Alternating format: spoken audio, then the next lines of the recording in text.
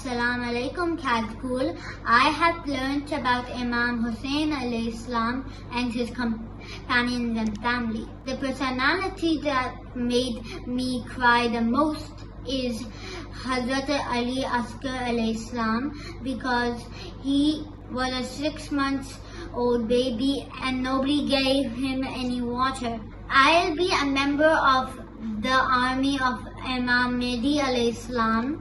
I'll follow whatever he says and I'll be a good Muslim. The person that inspired me the most is Hazrat Abbas alayhi salam, because he was really kind, patient and brave. I've changed because this year I have taken notes, which is a very new thing that I didn't do before. Khuda Hafiz, Kazkul.